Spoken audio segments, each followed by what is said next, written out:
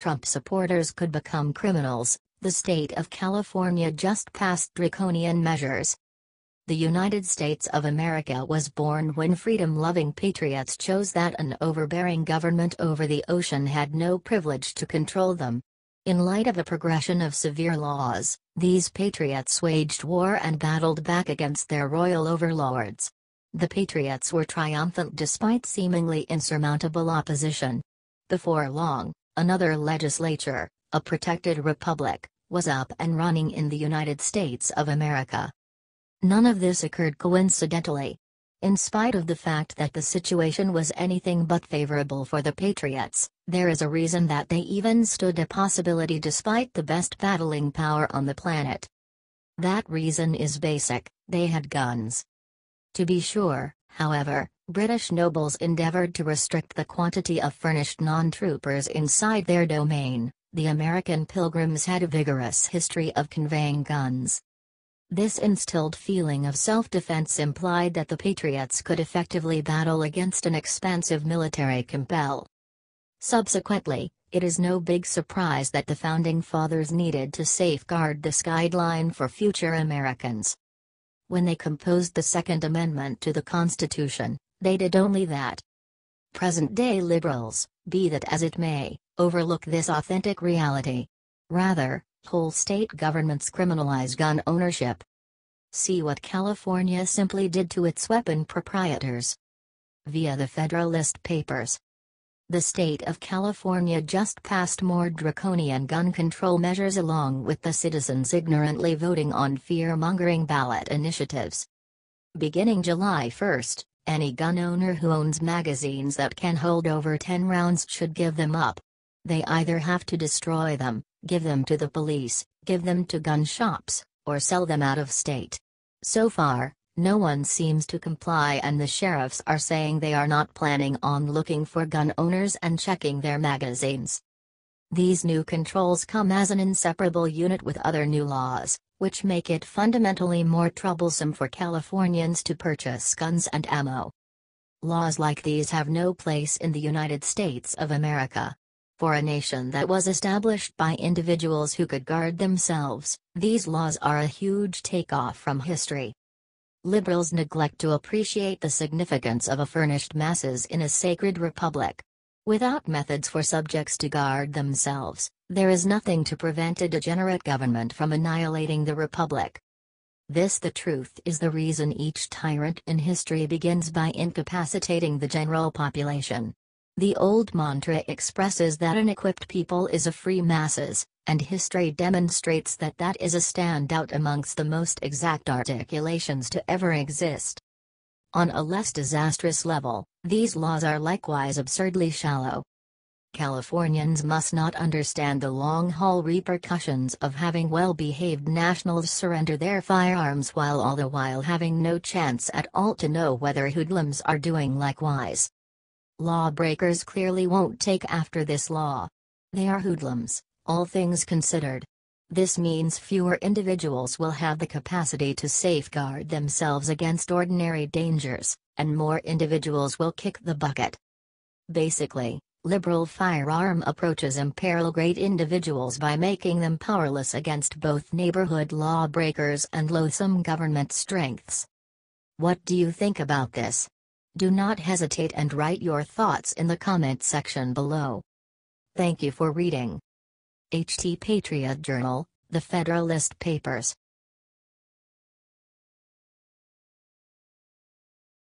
Congress just dropped on illegals and sanctuary cities, you'll cheer. Indeed, even Congress makes the best choice every once in a while. On Thursday, the House of Representatives passed two amazing anti-illegal immigration bills. These two bills, Kate's Law and the No Sanctuary for Criminals Act, are long-late changes that work to end leniencies given to illegals. President Donald Trump had a brilliant message in the wake of the bill's passage. From the White House. During my campaign, I met many grieving families who all had the same claim: lawmakers must first put the safety of American families first. Today, I applaud the House for passing two crucial measures to save and protect American lives. These were the bills I campaigned on and that are vital to our public safety and national security. The first bill, Kate's Law, increases criminal penalties for illegal immigrants who repeatedly re-enter the country illegally. The bill is named for Kate Steinle, who was killed by an illegal immigrant who was deported 5 times. Every year, countless Americans are victimized, assaulted, and killed by illegal immigrants who have been deported several times. It's time for these tragedies to end. The second bill, the No Sanctuary for Criminals Act, restricts taxpayer grant money to cities that prevent their police from turning over dangerous criminal aliens to federal authorities. Sanctuary cities are releasing violent criminals, including members of the bloodthirsty MS-13 gang, back to our streets every single day. Innocent Americans have suffered unthinkable violence as a result of these cities' reckless actions. The House bill also includes what is known as Grant's Law and Sarah's Law. These provisions, which prevent the release of dangerous criminals waiting for removal proceedings, are named for 2 slain Americans whose parents I spent time with during the campaign. Now that House has acted, I urge the Senate to take these bills, pass them, and send them to my desk. I am calling on all lawmakers to vote for these bills and to save American lives. The president saved no words. He said precisely what should have been stated, despite the fact that these bills are incredible strides forward for the America First plan. Regardless, we have a considerable measure of ground to cover until the point that we can by and by turn into a country of laws. The principal real thistle in the side of his plan is the Democratic Party. Kate's Law and the No Sanctuary for Criminals Act both gone with just 27 votes in support from Democrats, consolidated. Besides, the Democratic initiative was emphatically adjusted against these bills, and the liberal media detonated with feedback after they were passed. It seems like the Democratic Party couldn't think less about settling unlawful immigration. Maybe they don't consider it to be an issue. All things considered, to them illegals are dreamers and undocumented workers rather than what they really are, hoodlums. It is grievous, however, it is valid. Unlawful foreigners are crooks, as they infringed upon the law so as to go to the United States. There is nothing outstanding about this. It is not rousing, and individuals who do it ought not to be hailed and remunerated. The individuals who champion illegals are acting unjustifiably towards American nationals and legitimate outsiders alike. These are individuals who both need and merit occupations, and illegals take those employments for themselves. President Trump thinks about the American individuals. That is the reason he needs to end illicit migration unequivocally, and if Congress keeps up its strong against unlawful movement streak, we may see that objective came too soon. What do you think about this? Do not hesitate and write your thoughts in the comment section below. Thank you for reading. HT The White House.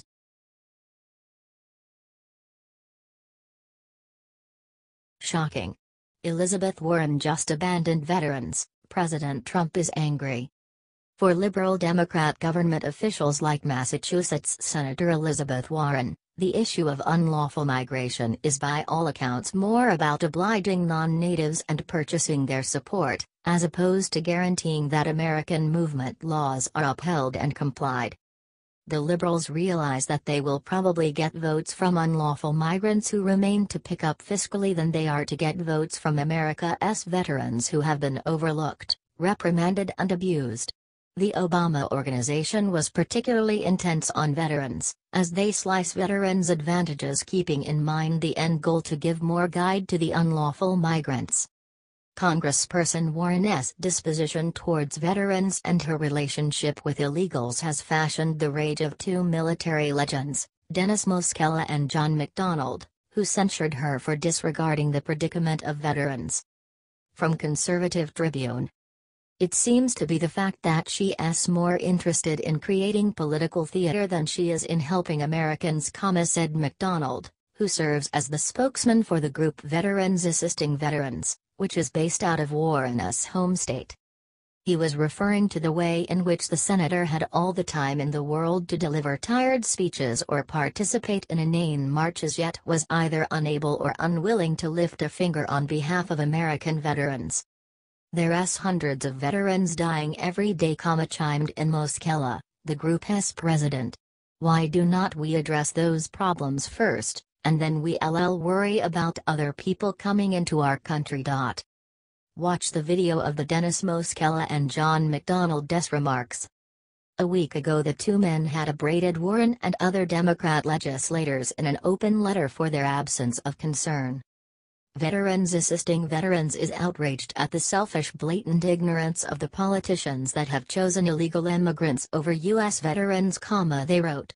"We ask that the American public join our cause and our passion for helping bring attention to this issue." The Washington Free Beacon announced that Warren Representative Lacey Rose reacted to the letter by pitching a disingenuous rant about President Donald Trump's alleged attacks on immigrants. While Warren realized the utmost importance of aiding veterans, Rose said, but he also knows that standing up for our veterans and rejecting President Trump's unlawful, immoral, and irresponsible attacks on immigrants are not mutually exclusive issues.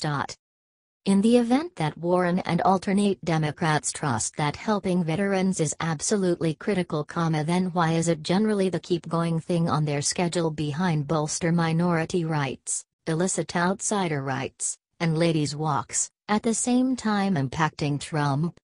They never appear to get to that keep-going thing on the rundown. What do you think about this? Do not hesitate and write your thoughts in the comments section below. Thank you for reading. HT Conservative Tribune.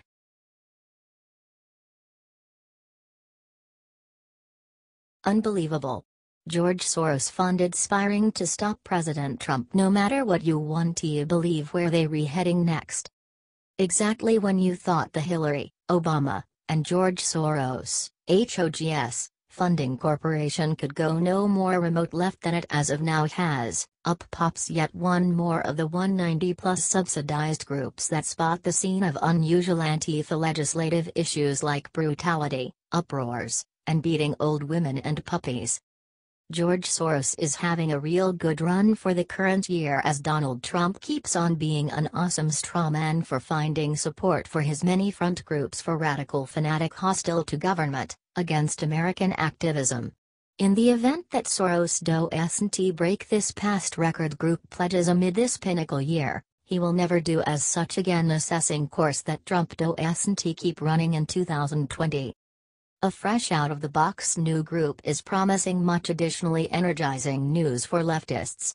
Adding to the officially amazing capacities of the Antifa to revolt, plunder, decimate, confer incendiarism, strike, and undermine, they would now be able to gladly report that they're moving into a radical new domain, spying. Via Breitbart.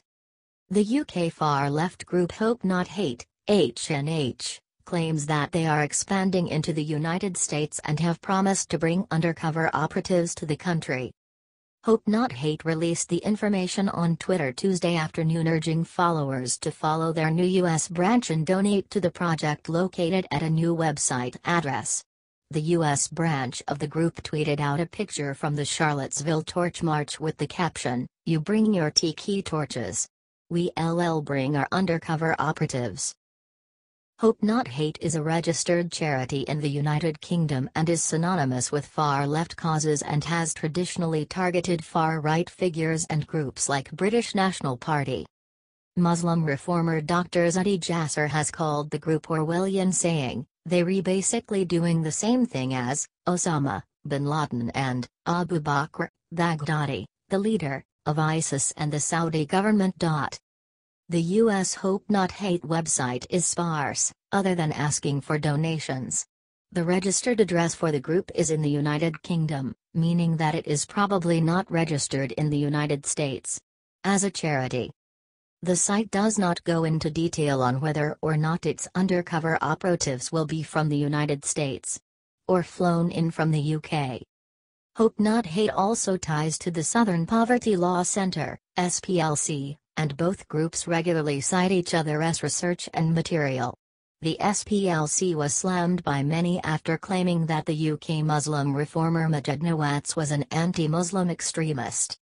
Nawaz said earlier this year that he was going to sue the SPLC for defamation for their characterization of him, saying that the organization had put him in danger from radical Islamists. With a break in raising money in the UK, this group Hope Not Hate will find success with it in the United States. Being that this nation brandishes the most altruistic individuals on the planet, it's no big surprise that Soros needs to annihilate it for all its contempt. Ideally, Hope Not Hate will have the capacity to step up the one truly unfortunate propensity that Antifa has of hurling packs of pee and defecation on their foes. Maybe Hate Not Hope will have the capacity to graduate to bags of vomit or roadkill. Even better, what about simply airing your grievances like most every other person who has work, right to your Congress part? What do you think about this?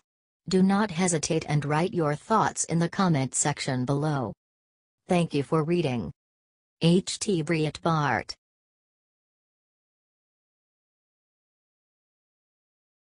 Illegal rocks Washington. One in Obama's spire Inc. quite recently found escaping scene of wrongdoing too. The investigation, including Pakistani IT staff members who worked for congressional Democrats, is taking a fascinating turn. Review that this group is blamed for obtaining and releasing private and maybe classified data, all while on the finance of these agents. It's been an investigation covered in a riddle, maybe to some extent in light of the affectability of the records included. It additionally may be quieted in view of the reality of the charges and the potential harm that a full disclosure of the circumstance may do to those Democrat representatives. However, the story won't leave, and it just took another turn when we discovered that one of those IT staff members under scrutiny just fled to Pakistan. The staffers are accused of stealing equipment and possible breaches of the House IT network, according to Politico, which first reported on the investigation in February. A spokeswoman for the Capitol Police refused comment last week in what she described as an ongoing investigation. And now, at least one of the staffers, Hina Alvi, has fled to Pakistan, according to the Daily Caller. While leaving the nation while under scrutiny is not evidence of criminal acts, it is, obviously, exceptionally suspicious. Also, it throws question over the blamelessness of those in this group who stay in the U.S. Alvi, 33, who was based in Virginia, worked for Representative Gregory Meeks, D. Queens, since 2008, making $126,225 last year, according to public records. Her husband, Imran Awan, 37, also worked for Meeks in the past. In addition to his wife, Awan put forward his brothers Jamal, 23 and David, 33, to work in IT operations on Capitol Hill. He also recommended Rao Abbas, 37. The group worked for 25 members of Congress at different times since 2004, public records show. This is an extremely comfortable group, would it say it isn't? Every one of whom was paid to a great degree well and accessed House reports, some of which may have been characterized. The entire thing makes you ask why House Democrats picked these individuals for delicate work, and whether they needed to experience any security audit before landing their positions. It would seem that this gathering worked for 25 Democratic congressmen and congresswomen since 2004. On the off chance that things being what they are, they have, truth be told, been occupied with criminal exercises, then the following inquiry is: when did that begin? Just as of late, or 13 years prior? Not exclusively ought to the IT staff members be under scrutiny, yet the individuals who contracted them have a great deal of disclosing to do themselves. What do you think about this? Do not hesitate and write your thoughts in the comment section below. Thank you for reading. HT New York Post.